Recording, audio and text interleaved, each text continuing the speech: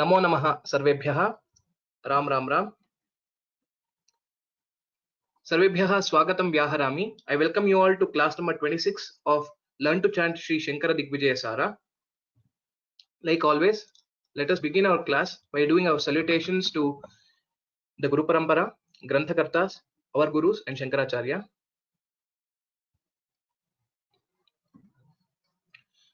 The book for the course, I'm just keeping it in the slide. So Sri Madhaviya Sri Shankara Digvijaya Saraha, which is published by Shringeri Mutt in Kannada. The other references or the Moola Granthas and available commentaries are the ones which I have depicted in this slide.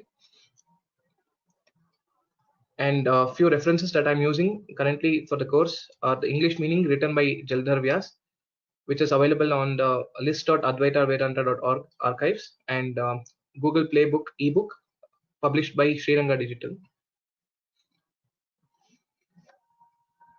Gururev gatar gurumev bhaje gurunaiv sahasmi namo gurave na guroh paramam shishurasmi guroh matirasti gurau mama pahi guro apadamauli paryantam gurunamakratim smaret tena vikhnah pranashyanti siddhyanti cha manorathah ध्यानमूलं गुरोर्मूर्तिः पूजामूलं गुरोः पदं मन्त्रमूलं गुरोर्वाक्यं मोक्षमूलं गुरोः कृपा शङ्कारूपेण मच्चित्तं पङ्कीकृतमभूद्यया किङ्करी यस्य सा माया शङ्कराचार्यमाश्रये. We had learned till shloka number 207. Let us continue our learning from 208.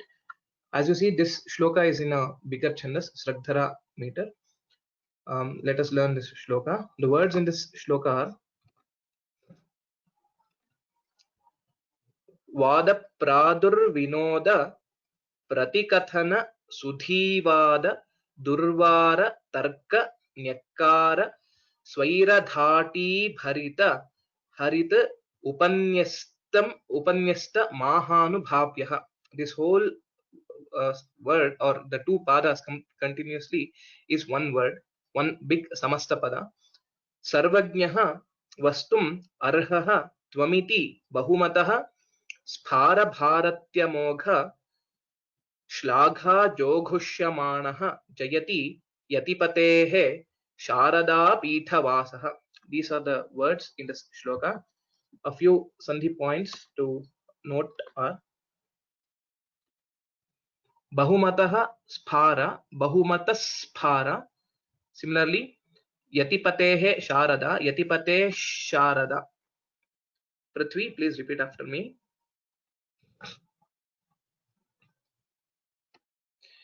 Vada Pradurvinoda. Vada Pradurvinoda. Vada Pradurvinoda. Pratikathana. Pratikathana. Pratikathana. Sudhivada. Sudhivada. Sudhivada. Durvara Tarka. Durvara Tarka. Durvara Tarka. Nyakara Svaira. Nyakara Svaira. Nyakara Svaira.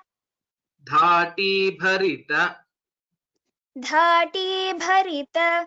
Dhati Bharita. Haridupanyasta. Haridupanyasta. Haridupanyasta. Mahanubhavyaha. Mahanubhavyaha. Mahanubhavyaha. Sarvajño vastum. Sarvagno vastum. Sarvagno vastum.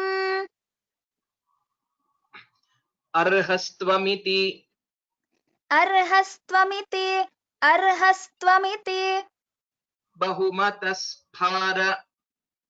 Bahumataspara. Bahumataspara. Bharatyamogha. भारत्यमोघ भारत्यमोघ श्लाघाजोघुष्यमाणः श्लाघाजोघुष्यमाणः श्लाघाजोघुष्यमाणः जयति यतिपतेः जयति यतिपतेः जयति यतिपतेः शारदापीठवासः शारदापीठवासः शारदापीठवासः वादप्रादुर्विनोदप्रतिकथन वादप्रादुर्विनोदप्रतिकथन वादप्रादुर्विनोदप्रतिकथन सुधीवाददुर्वारतर्क सुधीवाददुर्वारतर्क सुधीवाददुर्वारतर्क न्यक्कारस्वैरधाटी न्यक्कारस्वैरधाटी न्यक्कारस्वैरधाटी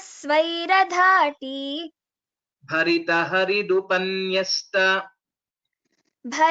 भरितहरिदुपन्यस्त भरितहरिदुपन्यस्त माहानुभाव्यः माहानुभाव्यः माहानुभाव्यः सर्वज्ञो वस्तुमर्हस्त्वमिति सर्वज्ञो वस्तुमर्हस्त्वमिति सर्वज्ञो वस्तुमर्हस्त्वमिति बहुमतस्फारभारत्यमोघ बहुमतस्फारभारत्यमोघ बहुमतस्फारभारत्यमोघ श्लाघाजोघुष्यमाणो जयति श्लाघाजोघुष्यमाणो जयति श्लाघाजोघुष्यमाणो जयति यतिपतेः शारदापीठवासः यतिपतेः शारदापीठवासः यतिपतेः शारदापीठवासः वादप्रादुर्विनोदप्रतिकथनसुधीवाददुर्वारतर्क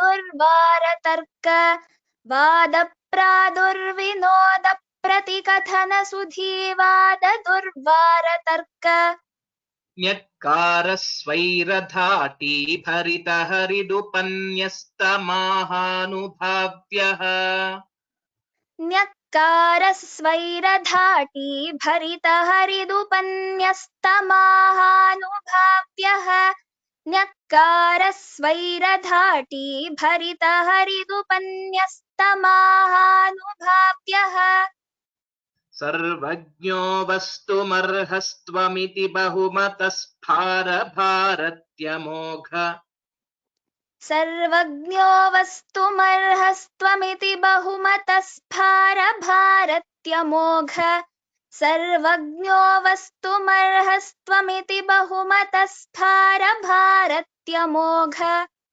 श्लाघाजोघुष्यमाणो जयति यतिपतेः शारदापीठवासः श्लाघाजोघुष्यमाणो जयति यतिपतेः शारदापीठवासः श्लाघाजोघुष्यमाणो जयति यतिपतेः शारदापीठवासः वादप्रादुर्विनोदप्रतिकथनसुधीवाददुर्वारतर्कन्यक्कारस्वैरधाटी भरित हरिदुपन्यस्तमाहानुभाव्यः वादप्रादुर्विनोदप्रतिकथनसुधीवाददुर्वारतर्कन्यक्कारस्वैरधाटी भरितहरिदुपन्यस्तमाहानुभाव्यः वादप्रादुर्विनोदप्रतिकथनसुधीवाददुर्वारतर्कन्यक्कारस्वैरधाटी भरितहरिदुपन्यस्तमाहानुभाव्यः सर्वज्ञो वस्तुमर्हस्त्वमिति बहुमतस्फार भारत्यमोघश्लाघा जोघुष्यमानो जयति यतिपतेः शारदापीठवासः सर्वज्ञो वस्तुमर्हस्त्वमिति बहुमतस्फार भारत्यमोघश्लाघा जोघुष्यमाणो जयति यतिपतेः शारदापीठवासः सर्वज्ञो वस्तुमर्हस्त्वमिति बहुमतस्फार भारत्यमोघश्लाघा जोघुष्यमाणो जयति यतिपतेः शारदापीठवासः Uttamam. So one thing is, if we are pausing here, we can actually tell it as also as Joghushyamanah. Bharatyamogha Joghushyamanah, and take a pause, and then Jayati Yatipate Sharada Pithavasah. Otherwise, if we can hold the breath for the both the lines, Joghushymano Jayati Yatipate Sharada Pithavasah. We can also tell it that way. So please tell it once. वादप्रादुर्विनोदप्रतिकथनसुधीवाददुर्वारतर्कन्यक्कारस्वैरधाटी भरितहरिदुपन्यस्तमाहानुभाव्यः सर्वज्ञो वस्तुमर्हस्त्वमिति बहुमतस्फार भारत्यमोघश्लाघा जोघुष्यमाणो जयति यतिपतेः शारदापीठवासः Uttamam. In the previous shloka, we had seen even Sharadamba would ask a question whether you are really fit to take this throne or the Sarvagya Pitha, to which Shankaracharya would answer and all. And then for this, Bharati or Saraswati would reply or tell in this way: You, O Shankara, whose fame for your ability to defeat the best debaters with your unmatched grasp of the Shastras has spread in all the directions. You are fit to sit on this throne, on this Sarvagya Pitha, firmly declared Bharati, and shouted with effusive praise, Victory to the Lord of ascetics or sannyasis who occupies this Sharada Pitha. Jayati Yatipatehe Sharada Pitha Vasaha. That is how she would say. We'll go to the next shloka. The words in this are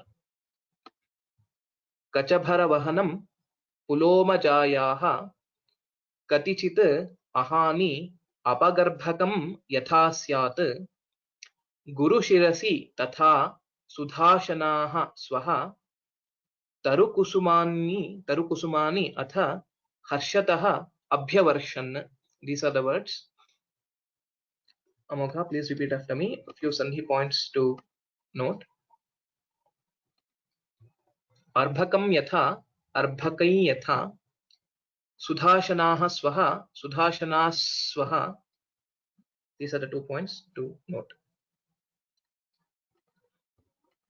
Kachabharavahanam Kachabharavahanam Pulomajāyāha Pulomajāyāha Katichidahani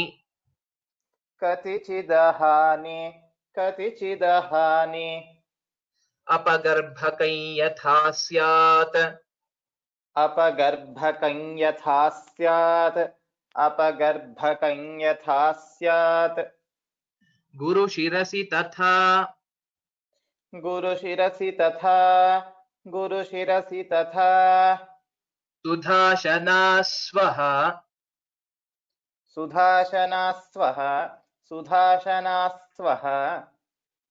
Tarukusumanyatha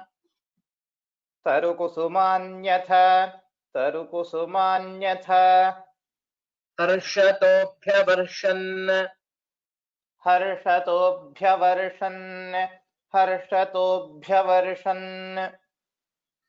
Kachabharavahanam Pulomajāyāha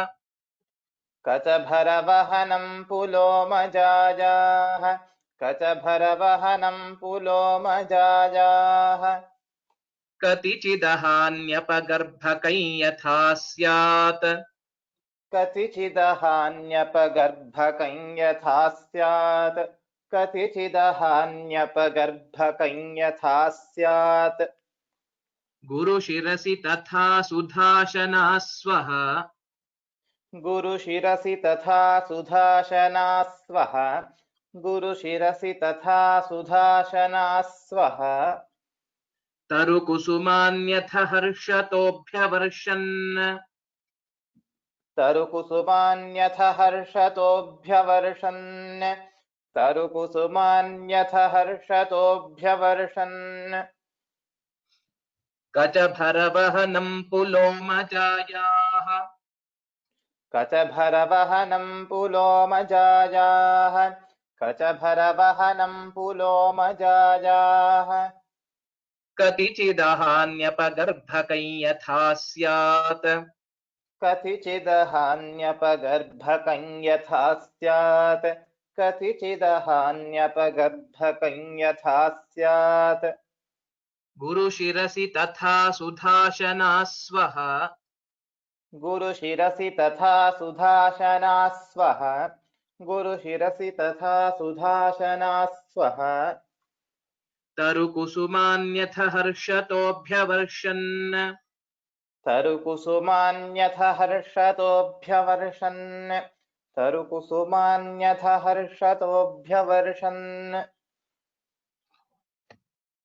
Please relate once. कचभरवहनं पुलोमजायाः कतिचिदहान्यपगर्भकं यथा स्यात् गुरुशिरसि तथा सुधाशनास्वः तरुकुसुमान्यथ हर्षतोऽभ्यवर्षन् उत्तमम्.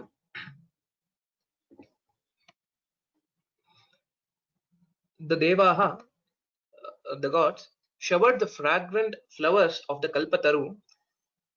Swastaru, basically, Swaha means also the Swarga, the tree which grows there, which is the Kalpavriksha. Swastaru also we can tell it together.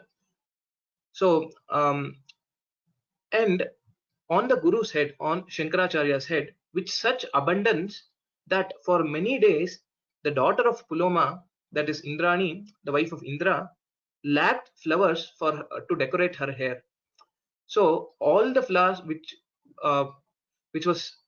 grew on the Kalpavriksha, the Devaha put it on Shankaracharya's head. They worshipped Guru Shankaracharya since he was able to take up the Sarvagya Pitha. The next shloka. Iti munihi atitushtaha adhyushya Sarvagya Pitham nijamata gurutayi naha no punarmana hetoho katichana viniveshya atha rishya shringashramadau munihi atha badarim saha prapa kaishchit swashishyaih. These are the words. Few sandhi points to note.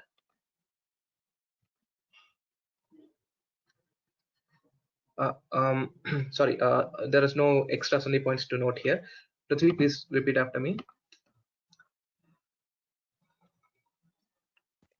Iti munirati tushtaha इति मुनिरतितुष्टः इति मुनिरतितुष्टः adhyushya sarvajñapītham अध्युष्य सर्वज्ञपीठम् अध्युष्य सर्वज्ञपीठम् nijamata gurutayai निजमत गुरुतायै no punarmana hetoh नो पुनर्मान हेतोः katichana viniveshyath कतिचन विनिवेश्याथ rishya shringashramadau ऋष्यशृङ्गाश्रमादौ munirath badarim saprapa मुनिरथ बदरीं सप्राप मुनिरथ बदरीं सप्राप कैश्चित् स्वशिष्यैः कैश्चित् स्वशिष्यैः इति मुनिरतितुष्टोऽध्युष्य सर्वज्ञपीठम् इति मुनिरतितुष्टोऽध्युष्य सर्वज्ञपीठम् इति मुनिरतितुष्टोऽध्युष्य सर्वज्ञपीठम् निजमतगुरुतायै नो पुनर्मानहेतोः निजमतगुरुतायै नो पुनर्मानहेतोः निजमतगुरुतायै नो पुनर्मानहेतोः कतिचन विनिवेश्याथर्ष्य शृङ्गाश्रमादौ कतिचन विनिवेश्याथर्ष्य शृङ्गाश्रमादौ कतिचन विनिवेश्याथर्ष्य शृङ्गाश्रमादौ मुनिरथ बदरीं सप्राप कैश्चित् स्वशिष्यैः मुनिरथ बदरीं सप्राप कैश्चित् स्वशिष्यैः मुनिरथ बदरीं सप्राप कैश्चित् स्वशिष्यैः So in the third pada, so it is viniveshya atha rishya shringashramaadau. Atha rishya will there will be a sandhi and it will become atharishya. So when we are telling this word, I will repeat it again. Viniveshyatharishya shringashramaadau. So there are two sanyukta aksharas here, a shakara and a rekha. So it will become atharshya. So that is how we will have to pronounce this. I'll teach again. Iti munirati tushtodhyushya sarvajñapītham. इति मुनिरतितुष्टोऽध्युष्य सर्वज्ञपीठम् इति मुनिरतितुष्टोऽध्युष्य सर्वज्ञपीठम् Nijamata gurutājai no punarmānahetoh. निजमतगुरुतायै नो पुनर्मानहेतोः निजमतगुरुतायै नो पुनर्मानहेतोः कतिचन विनिवेश्याथर्ष्य शृङ्गाश्रमादौ कतिचन विनिवेश्याथर्ष्य शृङ्गाश्रमादौ कतिचन विनिवेश्याथर्ष्य शृङ्गाश्रमादौ मुनिरथ बदरीं सप्राप कैश्चित् स्वशिष्यैः मुनिरथ बदरीं सप्राप कैश्चित् स्वशिष्यैः मुनिरथ बदरीं सप्राप कैश्चित् स्वशिष्यैः Please tell it once. इति मुनिरतितुष्टोऽध्युष्य सर्वज्ञपीठम् निजमतगुरुतायै नो पुनर्मानहेतोः कतिचन विनिवेश्याथर्ष्य शृङ्गाश्रमादौ मुनिरथ बदरीं सप्राप कैश्चित् स्वशिष्यैः Uttamam. The sage Shankara, with great satisfaction, ascended the Sarvagya Pitha not for his own pride, but to establish the supremacy of his philosophy or the Advaita Siddhanta. After placing some of the disciples at various places like Rishashinga Ashrama, which is today Shringagiri or Shringeri, and other places, he proceeded to Badari along with some of his disciples. We'll go to the next shloka. The words are Evam prakaraihi kalikalmashagnaihi Shivavatarasya Shubhaihi Charitraihi Dvatrimshat Atyujvala Kirti Rashehe Samaha Vyatiyuhu Kila Shankarasya. These are the words. Few sandhi points to note. Prakaraihi Kali, Prakaraih Kali, the Jishwamulya sound will be there. Similarly here as well. Vyatiyuhu Kila, Vyatiyuh Kila. Amogha, please repeat after me. Evam prakaraihi एवं प्रकारैः kalikalmashagnaihi कलिकल्मषघ्नैः कलिकल्मषघ्नैः शिवावतारस्य शिवावतारस्य शुभैश्चरित्रैः शुभैश्चरित्रैः द्वात्रिंशदत्युज्ज्वल द्वात्रिंशदत्युज्ज्वल कीर्तिराशेः कीर्तिराशेः समाव्यतीयुः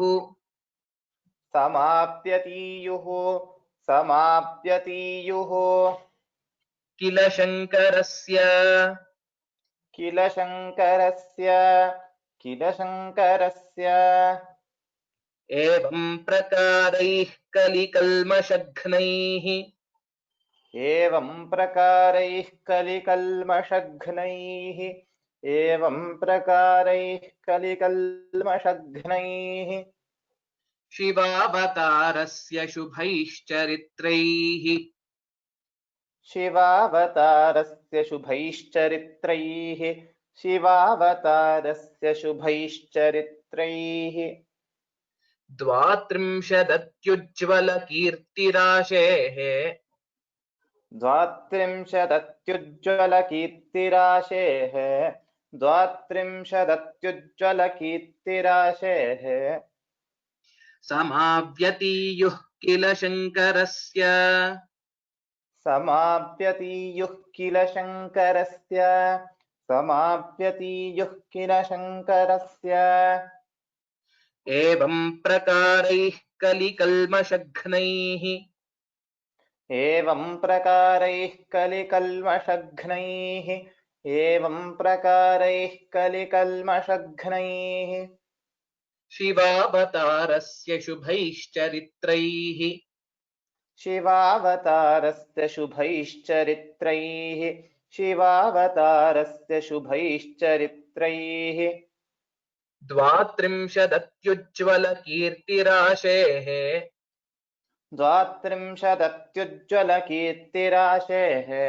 द्वात्रिंशदत्युज्ज्वलकीर्तिराशेः समाव्यतीयुः किल शङ्करस्य समाप्यतीयुः किल शङ्करस्य एवं प्रकारैः कलिकल्मषघ्नैः शिवावतारस्य शुभैश्चरित्रैः द्वात्रिंशदत्युज्ज्वलकीर्तिराशेः समाप्यतीयुः किल शङ्करस्य Uttamam.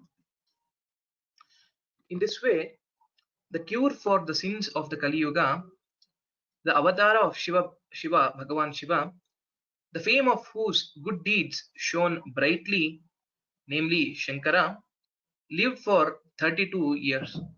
So we all know Shankaracharya had a lifespan of 32 years, and there's also one famous shloka depicting that. अष्टवर्षे Chaturvedi द्वादशे सर्वशास्त्रवित् षोडशे कृतवान् भाष्यं द्वात्रिंशे मुनिरभ्यगात्. So in this way, Shiva took the avatar of Shankara, or in the form of Shankara, came onto this Kali Yuga with a span of 32 years and did all these things. We'll go to the next shloka. Again, this is in a bigger chandas.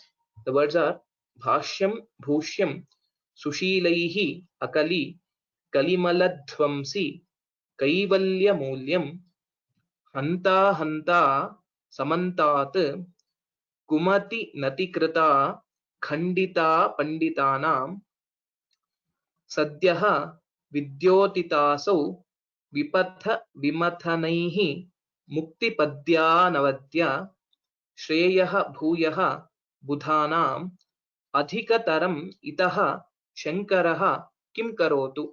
These are the words. Quickly, few of the Sandhi places to note. Itaha Shankaraha, Adhikataramita Shankaraha, it will become. Similarly, Shankaraha Kim, Shankarah Kim, Kim karotu, king karotu. The fifth letter of the kavarga will be there while pronouncing. These are the few points to note. Prithvi, please repeat after me.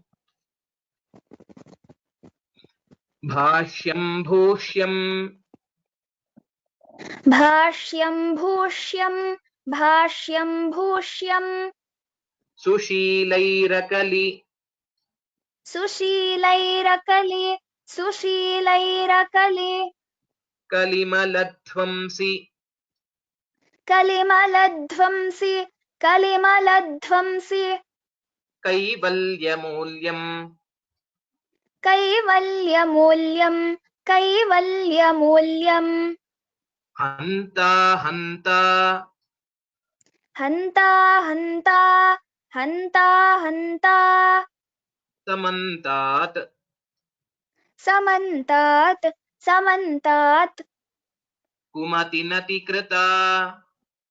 कुमतिनतिकृता कुमतिनतिकृता Khandita panditanam. खण्डिता पण्डितानां खण्डिता पण्डितानां Sadyo vidyotitasau. सद्यो विद्योतितासौ सद्यो विद्योतितासौ Vipatha vimathanaihi. विपथ विमथनैः विपथ विमथनैः Muktipadyanavadya. मुक्तिपद्यानवद्या मुक्तिपद्यानवद्या Shreyo bhuyo budhanam. श्रेयो भूयो बुधानां श्रेयो भूयो बुधानाम् Adhikataramitaha. अधिकतरमितः अधिकतरमितः Shankarah kinkarotu. शङ्करः किं करोतु शङ्करः किं करोतु Bhashyam bhushyam sushilairakali. भाष्यं भूष्यं सुशीलैरकलि भाष्यं भूष्यं सुशीलैरकलि Kalimaladhvamsi kaivalyamulyam. कलिमलध्वंसि कैवल्यमूल्यं कलिमलध्वंसि कैवल्यमूल्यम् Hanta hanta samantat. हन्ता हन्ता समन्तात् हन्ता हन्ता समन्तात् Kumatinatikrita. कुमतिनतिकृता कुमतिनतिकृता Khandita panditanam. खण्डिता पण्डितानां खण्डिता पण्डितानां Sadyo vidyotitasau. सद्यो विद्योतितासौ सद्यो विद्योतितासौ Vipatha vimatanairmuktipadyanavadya.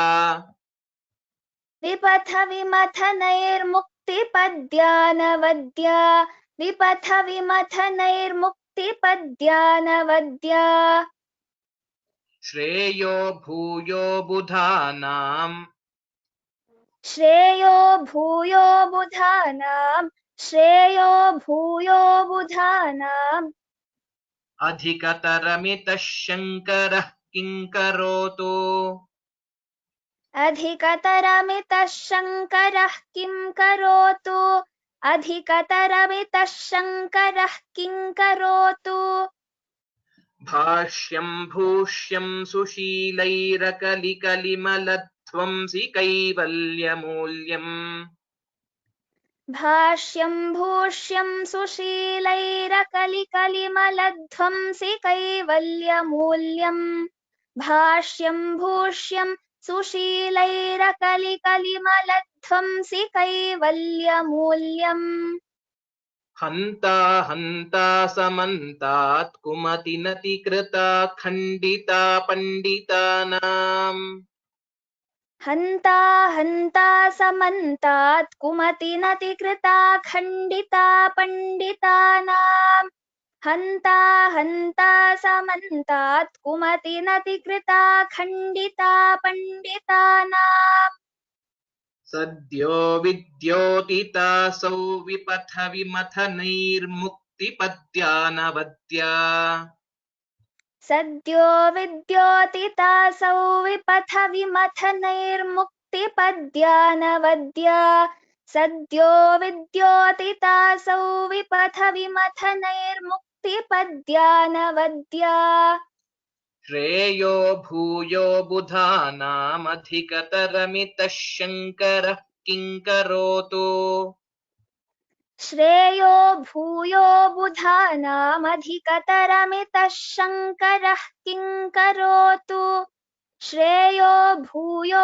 बुधानामधिकतरमितः शङ्करः किङ्करोतु भाष्यं भूष्यं सुशीलैरकलिकलिमलध्वंसि कैवल्यमूल्यम् भाष्यं भूष्यं सुशीलैरकलिकलिमलध्वंसि कैवल्यमूल्यम् भाष्यं भूष्यं सुशीलैरकलिकलिमलध्वंसि कैवल्यमूल्यम् हन्ता हन्ता समन्तात् कुमतिनतिकृता खण्डिता पण्डितानाम् हन्ता हन्ता समन्तात् कुमतिनतिकृता खण्डिता पण्डितानाम् हन्ता हन्ता समन्तात् कुमतिनतिकृता खण्डिता पण्डितानाम् सद्यो विद्योतितासौ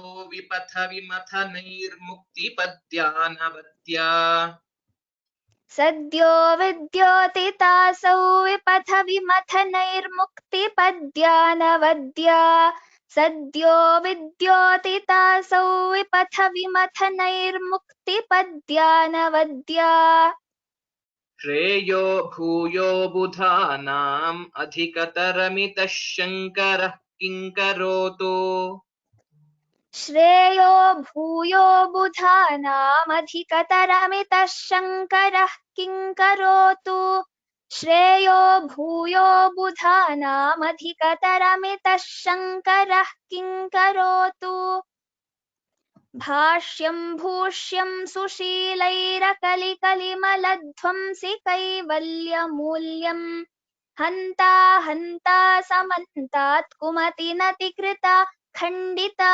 पण्डितानाम् सद्यो विद्योतितासौ विपथ विमथनैर्मुक्तिपद्यानवद्या श्रेयो भूयो बुधानामधिकतरमितः शङ्करः किङ्करोतु Uttamam. So here Vidyaranya is writing a summary or what all Shankaracharya has done. He, as in Shankaracharya, wrote well-written commentaries, Bhushyam Bhashyam, capable of cleaning the filth of the Kali Yuga, Kalimala Dhvamsi. Not only that, whose foundational principle is oneness and which caused the fake scholars of bad theories or the Pashanda Mata and other things on all sides to cry out alas alas as they were defeated and dislodged from the wrong path with the true knowledge. What more could Shankara do? He's asking question, what else can Shankara do? So we'll go to the next shloka. The words in this are iti krita surakaryam netum ajagmuhu enam rajata shikhara shringam tungamishavatam विधि शतमख चंद्रोपेन्द्र वायु अग्निपूर्वाः विधि शतमख चंद्रोपेन्द्र वायुअग्निपूर्वाः सुरनिकर वरेण्याः सर्षि संघाः ससिद्धाः. These are the words. Few points of sandhi to note. Karyam netum shringam tunga, shringan tunga it will become, but we can give a pause and we'll still say shikhara shringam Tungamishavatarам, etc. And Varenyaha Sarshisanghaha, Varenya's Sarshisanghaha, Sanghaha Sasiddhaha, Sanghas Sasiddhaha. These are the Sandhi points to note. Amogha, please repeat after me. Iti krita surakaryam. इति कृतसुरकार्यम् नेतुमा जग्मुरेनम्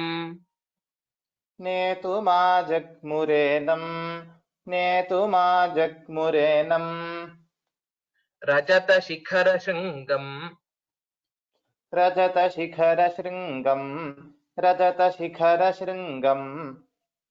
तुङ्गमीशावतारम्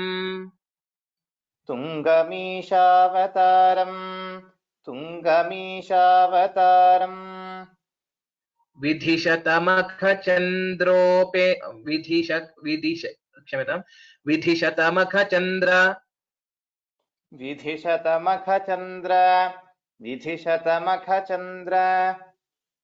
उपेन्द्रवाय्वग्निपूर्वाः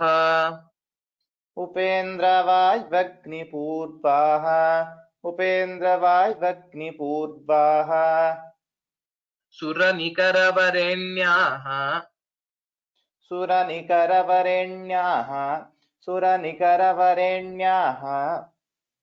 सर्षिसङ्घाः ससिद्धाः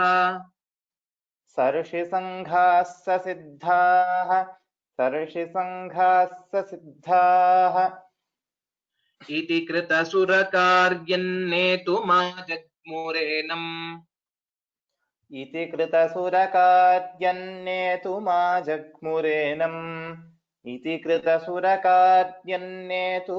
जग्मुरेनम् रजतशिखरशृङ्गम् तुङ्गमीशावतारम्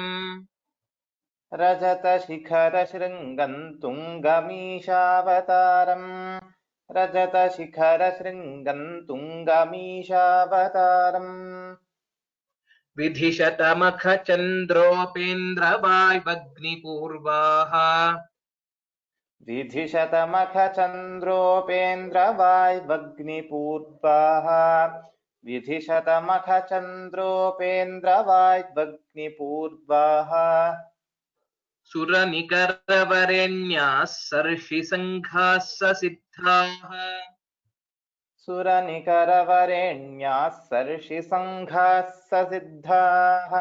सुरनिकरवरेण्याः सर्षिसङ्घाः ससिद्धाः इति कृतसुरकार्यन्नेतुमा जग्मुरेनम्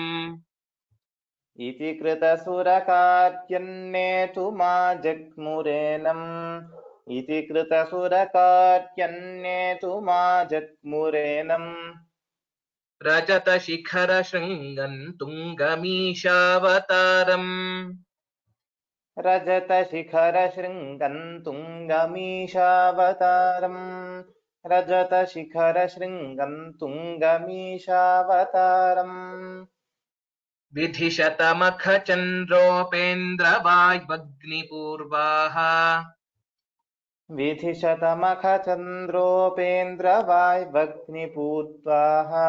विधिशतमखचन्द्रोपेन्द्रवाय्वग्निपूर्वाः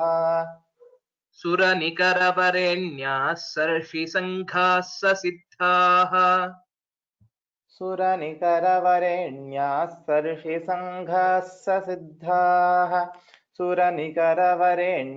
सर्षिसङ्घाः ससिद्धाः इति कृतसुरकार्यन्नेतुमा जग्मुरेनम् रजतशिखरशृङ्गम् तुङ्गमीशावतारम् विधिशतमखचन्द्रोपेन्द्रवाय्वग्निपूर्वाः सुरनिकरवरेण्याः सर्षिसङ्घाः ससिद्धाः Tamam. Thus, having completed his divine mission, the Devas led by Vidhi, that is Brahma, Shatamakha is Indra, Chandra, Upendra, that is Vishnu, Vayu, Agni, reverentially, respectfully came to lead him home, accompanied by crowds of rishis and siddhas. Sarshi Sanghaha Sasiddhaha. All of them came and took back Shiva to his own abode. We go to the concluding shloka of this Grantha, Shankara Digvijaya Sara, which is the 214th shloka. Let us see the words in this. Indropendra pradhanaihi tridasha parivridhaihi stuyamanaha prasunaihi divyaihi abhyarchyamanaha sarasiruha bhuva dattahastavalambah आरुह्य उक्षाणमग्र्यं प्रकटित सुजटाजूट चन्द्रावतंसः शृण्वन् आलोकशब्दं समुदितं ऋषिभिः धामनैजं प्रतस्थे. These are the words in this. A few points of Sandhi to note.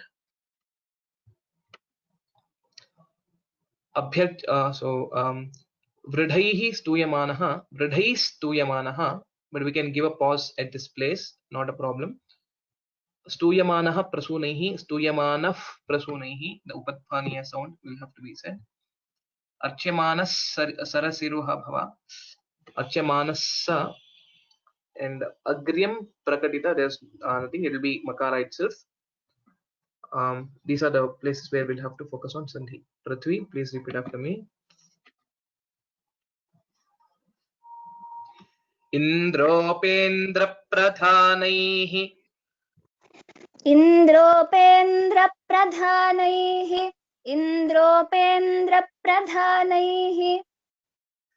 त्रिदश परिवृढैः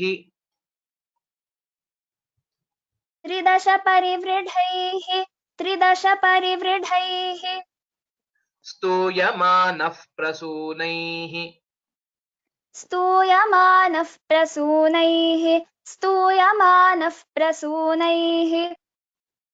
दिव्यैरभ्यर्च्यमानः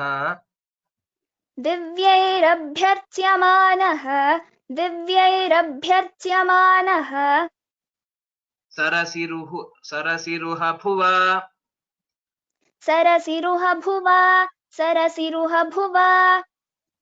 दत्तहस्तावलम्बः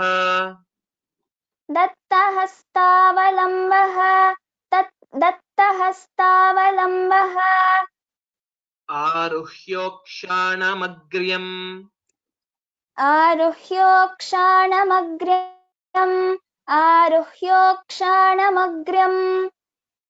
प्रकटितसुजटाजूट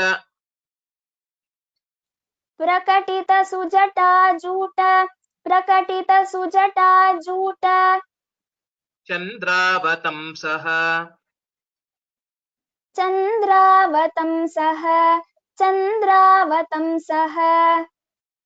शृण्वन्नालोकशब्दम्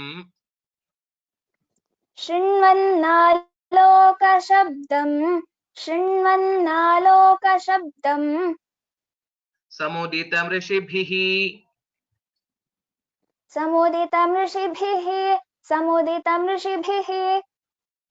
धामनैजं प्रतस्थे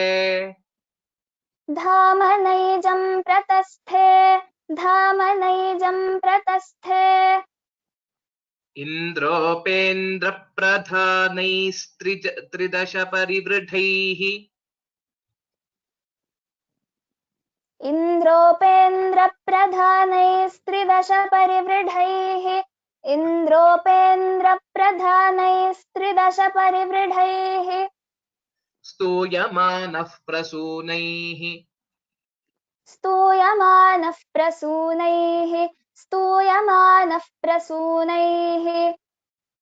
दिव्यैरभ्यर्च्यमानः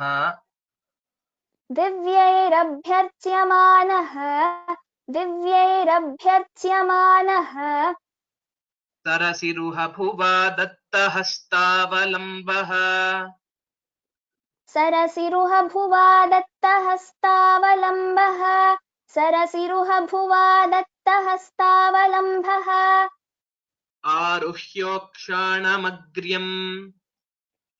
आरुह्योक्षाणमग्र्यम् आरुह्योक्षाणमग्र्यम् प्रकटितसुजटाजूटचन्द्रावतंसः प्रकटितसुजटाजूटचन्द्रावतंसः प्रकटितसुजटाजूटचन्द्रावतंसः शृण्वन्नालोकशब्दम् शृण्वन्नालोकशब्दम् समुदितमृषिभिर्धाम नैजम् प्रतस्थे समुदितं ऋषिभिर्धाम नैजं प्रतस्थे समुदितं ऋषिभिर्धाम नैजं प्रतस्थे इन्द्रोपेन्द्रप्रधानैस्त्रिदश परिवृढैः स्तूयमानः प्रसूनैः इन्द्रोपेन्द्रप्रधानैस्त्रिदश परिवृढैः स्तूयमानः प्रसूनैः इन्द्रोपेन्द्रप्रधानैस्त्रिदश परिवृढैः स्तूयमानः प्रसूनैः दिव्यैरभ्यर्च्यमानः सरसिरुहभुवा दत्तहस्तावलम्बः दिव्यैरभ्यर्च्यमानः सरसिरुहभुवा दत्तहस्तावलम्बः दिव्यैरभ्यर्च्यमानः सरसिरुहभुवा दत्तहस्तावलम्बः आरुह्योक्षाणमग्र्यम् प्रकटितसुजटाजूटचन्द्रावतंसः आरुह्योक्षाणमग्र्यं प्रकटितसुजटाजूटचन्द्रावतंसः आरुह्योक्षाणमग्र्यं प्रकटितसुजटाजूटचन्द्रावतंसः शृण्वन्नालोकशब्दम् समुदितमृषिभिर्धाम नैजम् प्रतस्थे शृण्वन्नालोकशब्दं समुदितं ऋषिभिर्धाम नैजं प्रतस्थे शृण्वन्नालोकशब्दं समुदितं ऋषिभिर्धाम नैजं प्रतस्थे इन्द्रोपेन्द्रप्रधानैस्त्रिदश परिवृढैः स्तूयमानः प्रसूनैः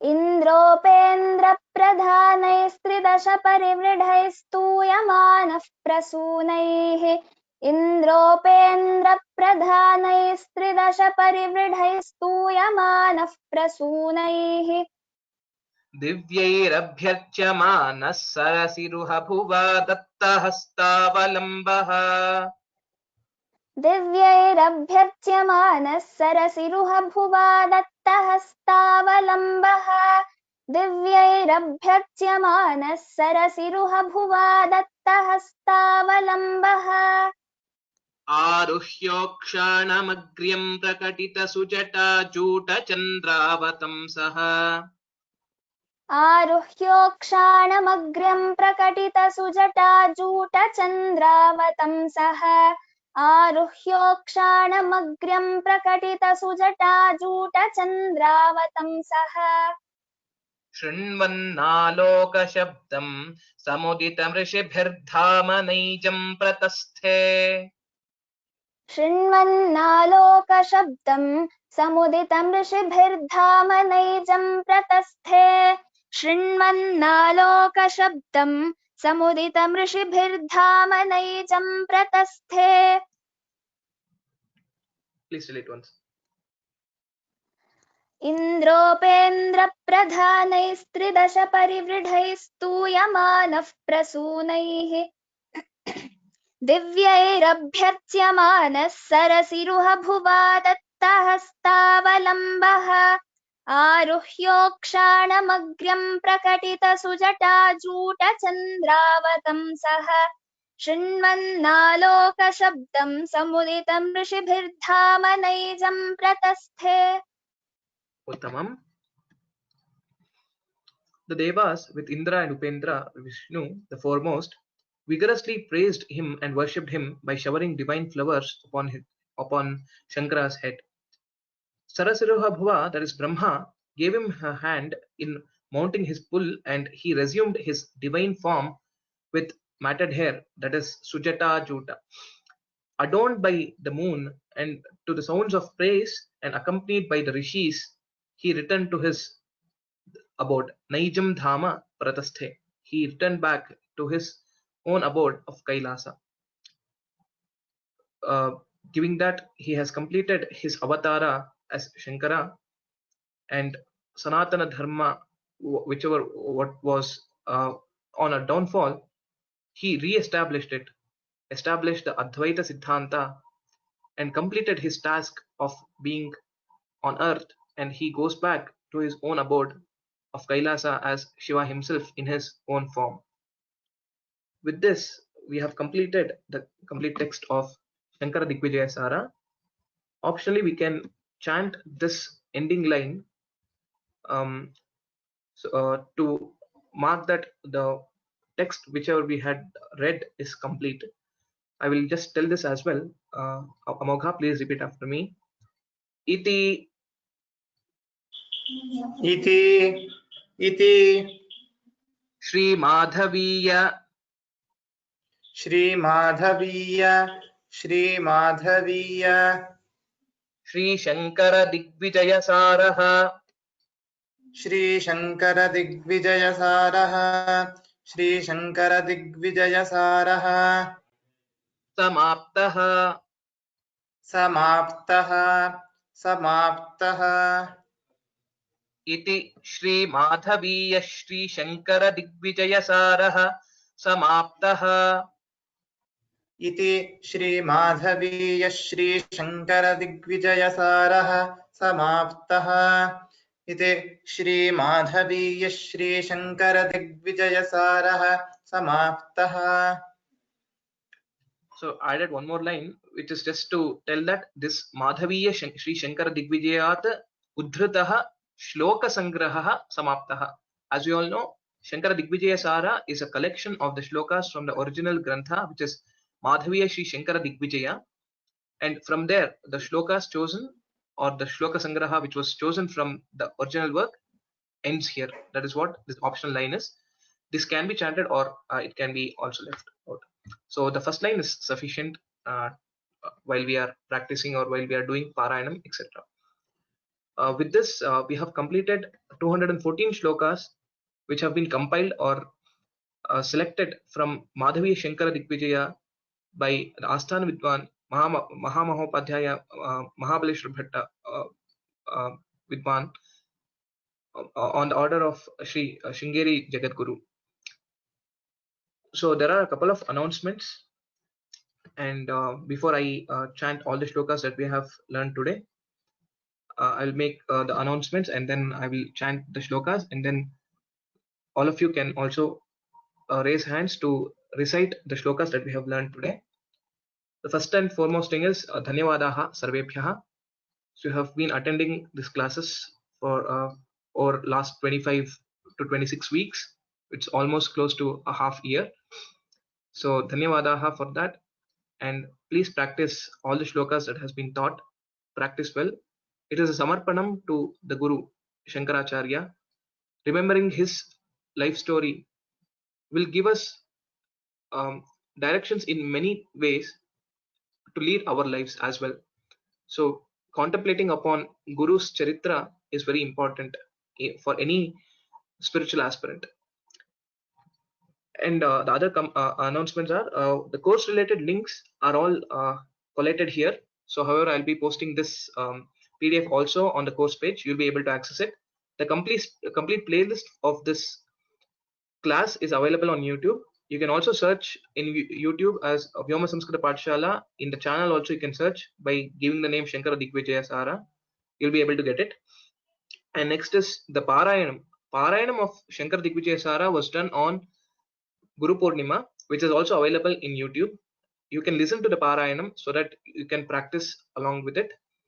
And for those of you who know Kannada, there is also voice recordings which are available, wherein I have chanted the shloka and explained the meaning in Kannada, whatever is written by Mahamahopadhyaya Vidwan in Ranganath Sharma. That is available also in Vyoma. And again, the last point is the current course page, which you already know. I've just put it for as a summary.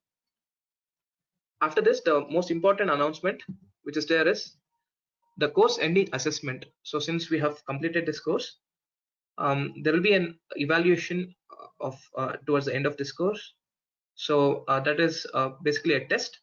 There are two categories for the test. One is memorization, which is Kantapata Karanam. So if you can memorize all the 214 shlokas and give the test, that will be the best. Otherwise, the other alternative is to give a reading test or a Parayanam test.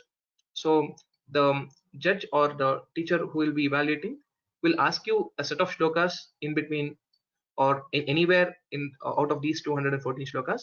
Looking at the script, you will have to recite it without any mistakes. So that will be the reading test or a Parayanam test. So tentative date of the test, I have kept it as 21st August, which is 2 weeks from now, which is also on a Wednesday. So I know you would have marked your calendars for attending this Shankar Digvijaya Sara.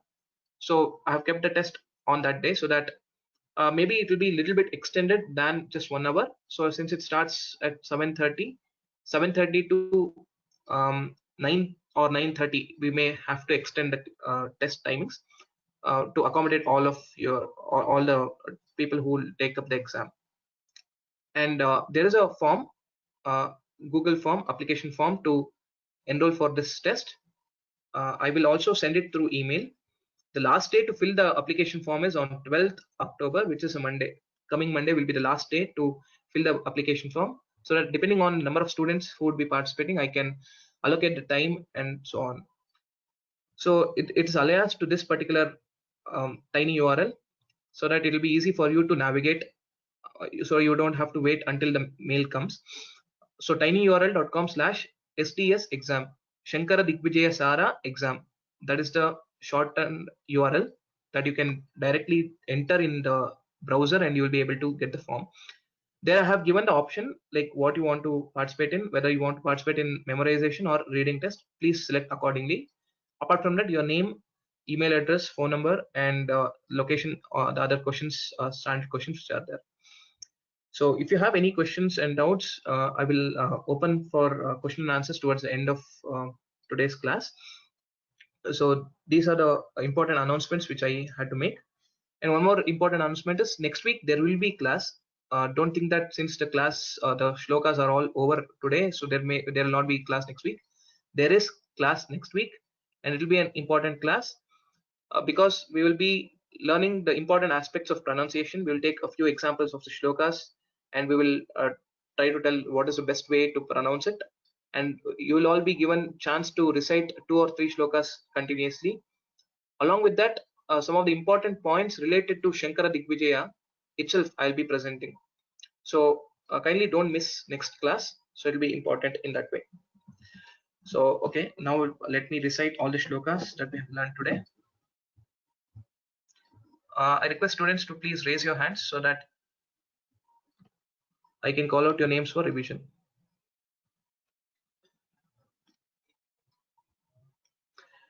वादप्रादुर्विनोदप्रतिकथन सुधीवाददुर्वारतर्कन्यकारस्वैरधाटी भरितहरिदुपन्यस्तमाहानुभाव्यः सर्वज्ञो वस्तुमर्हस्त्वमिति बहुमतस्फारभारत्यमोघश्लाघाजोघुष्यमाणः जयति यतिपतेः शारदापीठवासः कचभरवहनं पुलोमजायाः कतिचिदहान्यपगर्भकै यथा स्यात् गुरुशिरसि तथा सुधाशनास्वः तरुकुसुमान्यथ हर्षतोऽभ्यवर्षन् इति मुनिरतितुष्टोऽध्युष्य सर्वज्ञपीठं निजमतगुरुतायै नो पुनर्मानहेतोः कतिचन विनिवेश्याथर्ष शृङ्गाश्रमादौ मुनिरथ बदरीं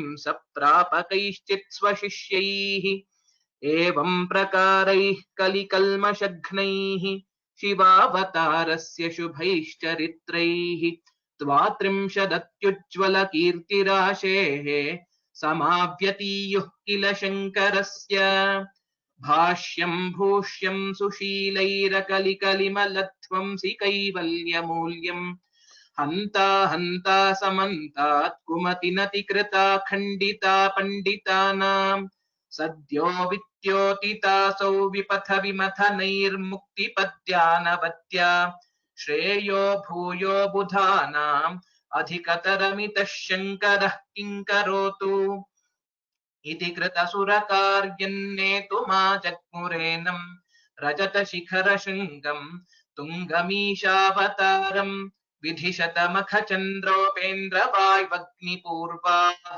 सुरनिकरवरेण्याः सर्षिसङ्घाः ससिद्धाः इन्द्रोपेन्द्रप्रधानैस्त्रिदश परिवृढैस्तूयमानः प्रसूनैः दिव्यैरभ्यर्च्यमानः सरसिरुहभुवा दत्तहस्तावलम्बः आरुह्योक्षाणमग्र्यम् प्रकटितसुजटाजूटचन्द्रावतंसः शृण्वन्नालोकशब्दम् समुदितमृषिभिर्धामनैजम् प्रतस्थे इति श्री माधवीय श्री शंकर दिग्विजयसारः समाप्तः.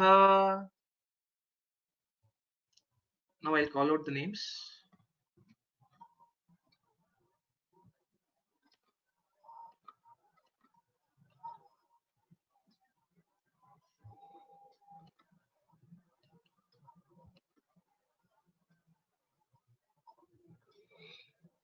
Okay, let me call out the names.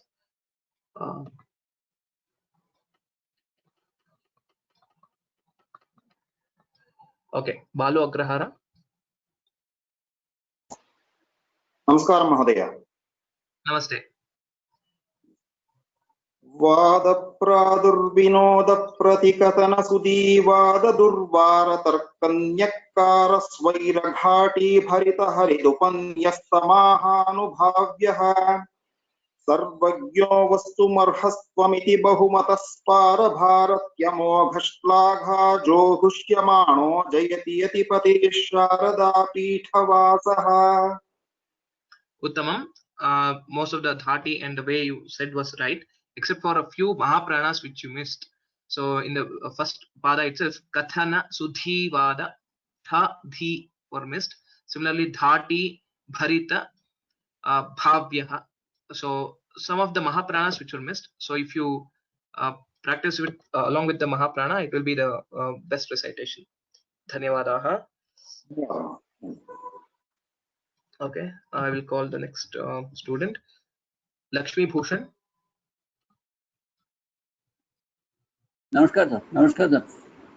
नमस्ते. नमस्कार महोदय. हाँ. कचबरवहनं बुलोमजायाः कचिचिदहान्यपगर्भखं यथा स्यात् गुरुशिरसि तथा सुदासना स्वः तरुकुसुमान्यत हर्षतोऽभ्यवर्षन्. उत्तमम् उत्तमम्. Well recited. धन्यवादाः. Next one, Mohana Valambe. Namaskara Mahoday. Niratitushtodhyushya sarvajna pitham nijamata gurutayino punarmana hetoha katichana viniveshyaathasya shringashramadau muniratha badarim prapa kaschit svashyaihi. Can you repeat the last two lines? Yes. Last two words, sorry. Last two words. Prapa.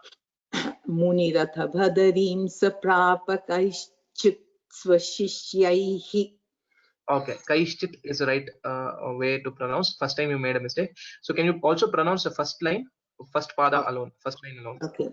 Iti munirati tushtodhyushya sarvajna pitham. Okay. Tushto, there is no mahaprana. Tushto is alpa prana only.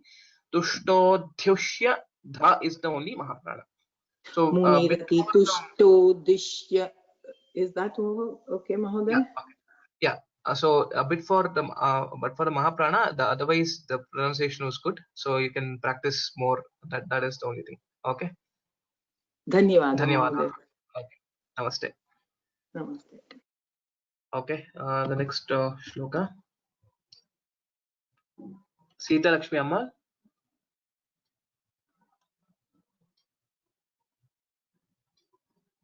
Sita Lakshmi Amma, you are on self mute. Hari Om Hari Om. एवं प्रकारै कलिकल्मषघ्नैः शिवावतारस्य शुभैश्चरित्रैः द्वात्रिंशदत्युज्ज्वलकीर्तिराशेः समाव्यतीयुः किल शङ्करस्य Uttamam. So 2 points. Evam prakarai kali. So the jihva mulya, the sound, which sounds like kind of a hakara, it should sound. That was not very much evident. And kali kalma shaghnaihi, gha is a mahaprana. So even more of mahaprana, you will have to focus and recite the mahaprana as well. Otherwise, the recitation was good. Dhanyawadaha. Okay. Nagashri Ganesh. नमस्कारः Namaste. भाष्यं भूष्यं सुशीलैरकलिकलिमलध्वंसि कैवल्यमूल्यं हन्ता समन्तात् कुमतिनतिकृता खण्डिता पण्डितानां सद्यो विद्योतितासौ विपथ विमथनैर्मुक्तिपद्यानवद्या श्रेयो भूयो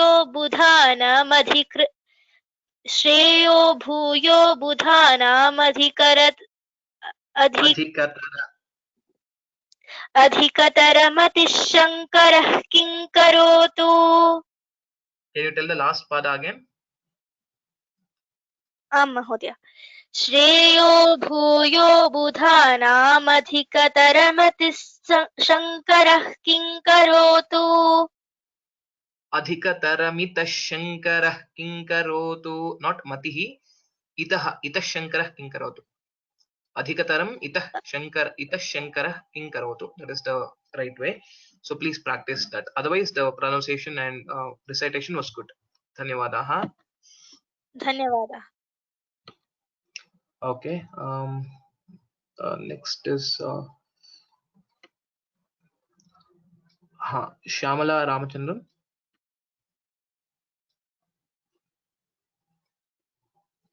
इति कृतसुरकार्यं नेतुमाजग्मुरेनं रजतशिखरशृङ्गं तुङ्गमीशावतारं विदिशतमकचन्द्रोपेन्द्रवाय्वग्निपूर्वाः सुरनिकरवरेण्याः सर्षिसङ्गाससिद्धा.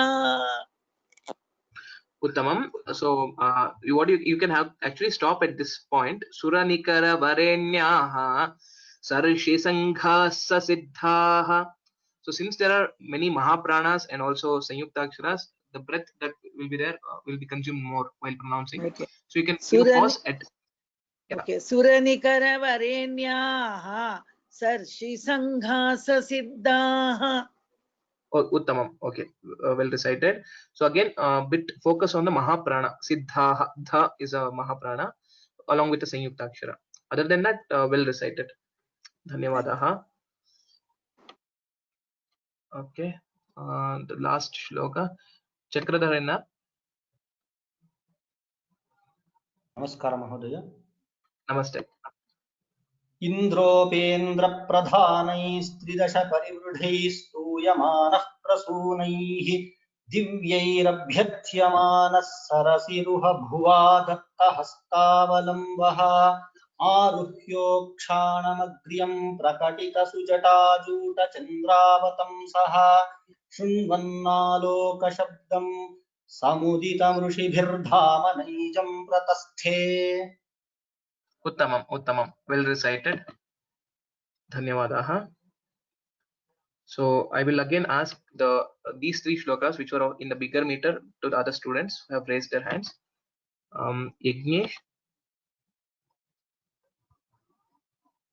महोदय. Can you please recite the same shloka?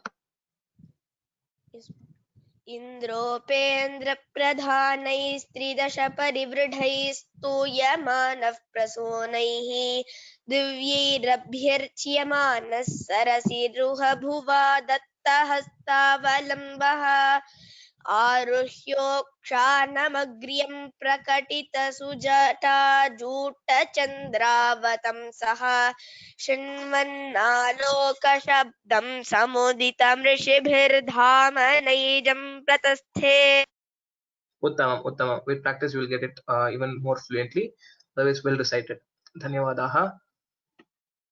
Let me ask the previous shloka. Bhashyam Bhushyam. Mohana Sundarajan. Namaste, Mahodaya. Can you hear me? Namaste. Yes. Namaste, Ram yes. Ram. Ram Ram. Bhashyam Bhushyam Shushilairakalimaladvamsi Kaivalyamulyam Hanta Hanta Samanta Kumati Natikrita Kandita Panditanam Sadyo Vidyotita Sau Vipata Vimatanair Mukti Padanavadya श्रेयो भूयो बुधानमधिगदरिमितः शङ्करः किं करोतु. A lot more improvements required in the recitation. So Mukti Padyanavadya, Padya Anavadya. So Padyanavadya was not recited well. And Budhanam. Mukti Padyanavadya. Yeah, I'll give the points, all the places where you'll have to improve, and then you can try later. So Budhanam Adhikataramitaha. Budhanam Adhikataramita Shankaraha. That's how we'll have to tell. And similarly here, Khandita Pa is a Alpa Prana. Khandita Panditanam. Okay. So these are some of the places where you will have to improve. Maybe you can listen to the recording and practice, because this is a shloka in a bigger chandas. It will be difficult to get it at the first time. So with practice, you will definitely get it. Otherwise, it's good. Dhanyavada. Dhanyavada. Okay. Thank you very much. Okay. Yeah. Sorry. Please tell. Yeah. Thank you very much for the efforts taken in teaching us, because all the slogas are over. No, we will be practicing at home. Okay. But anyway, Thank next you. class is definitely there. Please attend the next. Definitely, I will attend, sir. I will not be missing any class, sir. Okay, sure. Dhanyavada. Dhanyavada. Shall I repeat once more, sir? No. I think we are less on time. Out of time. Yes, I can understand, sir. Dhanyavada. Okay. Okay. So next, the first shloka of today's class, I will give chance to one more student. Was not got a chance yet. I'll try to pick up their name.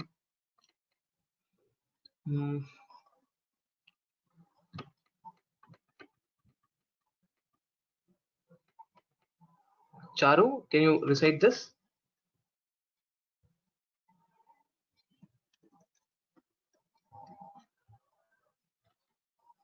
Can you try this? Bhanu Vijay? Namaste. Yeah. Ha.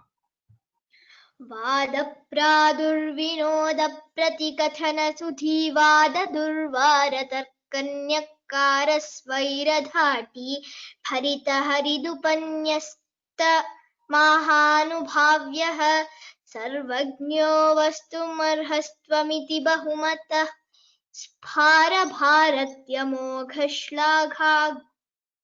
श्लाघाजो गुष्यमाणो जयति यतिपते शारदापीठवासः. Very good. Very well recited. Only 2 points. Bahumataspa. Okay, you said it as Bahumataspa. Bahumatas. There will be one more sakara. We'll have to tell. Bahumataspara. And one more point is Joghushya. Gha is also a Mahaprana. So that is one which you missed actually. Otherwise, very well recited. You can continue practicing. Dhanyavada. Uttamam. Okay. So I think there are one or two questions. If you have, I will take the questions for next 2 to 3 minutes. So one, I think Varun Aditya is asking. Varun, I've unmuted you. You can ask the question. Next, I'll be asking Mohana Valambe, because you've put that. Yes, Varun. Namaskarah Mahodaya. I actually live in US. Okay. What is Namaskara Mahodaya. Regarding the examination time, you said that it would start around 7:30. We stay in Austin, US. So will there be any change in the examination time for us, or will it be the same time? Okay, I will let you know about that, because the exam date is what is kind of fixed right now, and timings I could think of another time as well as an alternate time. I will discuss with others as well, and I will update you on Thank that. you. Okay. Thank you so much. So once you register in the form, I will reach out to the people who have registered for the test, and I'll be giving some of the slots which are available. So from that you can choose the best that will be easy for you. That's how it will be. So this first registration will be to know your interest in taking up the test. So there will be further communication through the email for the taking or choosing the slot in which you will want to take up the test and so on. So just fill this form, and by next week I will provide more information on that. Dhanyawada. Dhanyawada. Okay, so next is Mohana Valambe. Mahoday, first of all, I wanted to thank you, Mahoday. Dhanyawada. Everybody will be saying Dhanyawada, but in my case, it's special because you put up with me so much. In my family, I'm the joke. They'll make me tell a word and they'll sit and laugh. My husband, my brothers, sisters. But you put up with me so much. That's why I wanted to especially give thank you. Koti pranam. And my husband, wherever he's no more, he'll be very proud of me because of you. You have helped me so much. Dhanyawada. Dhanyawada. No, it's all Guru's grace. That's it. So I'm just an instrument here. But it is your effort and your Shraddha that is what is giving you the results. You don't know how much of a blessing this has been. Dhanyawada. Dhanyawada. Please, Dhanyawada. Thanks for the kind words. I would say. Thank you. Okay, so with this, probably we have come to an end of today's class. If you have any more questions, you know what to do. So you can directly write an email to me to raghu.vyoma@gmail.com. You can visit our YouTube channel for the videos and course page to access the learning content and so on. Punaha sarvebhyah dhanyavadan vyaharami. Bhavashankara deshika me sharanam. Ram Ram Ram. Looking forward to meet you all next Wednesday. Please attend the class. There will be some surprises too. Dhanyavada.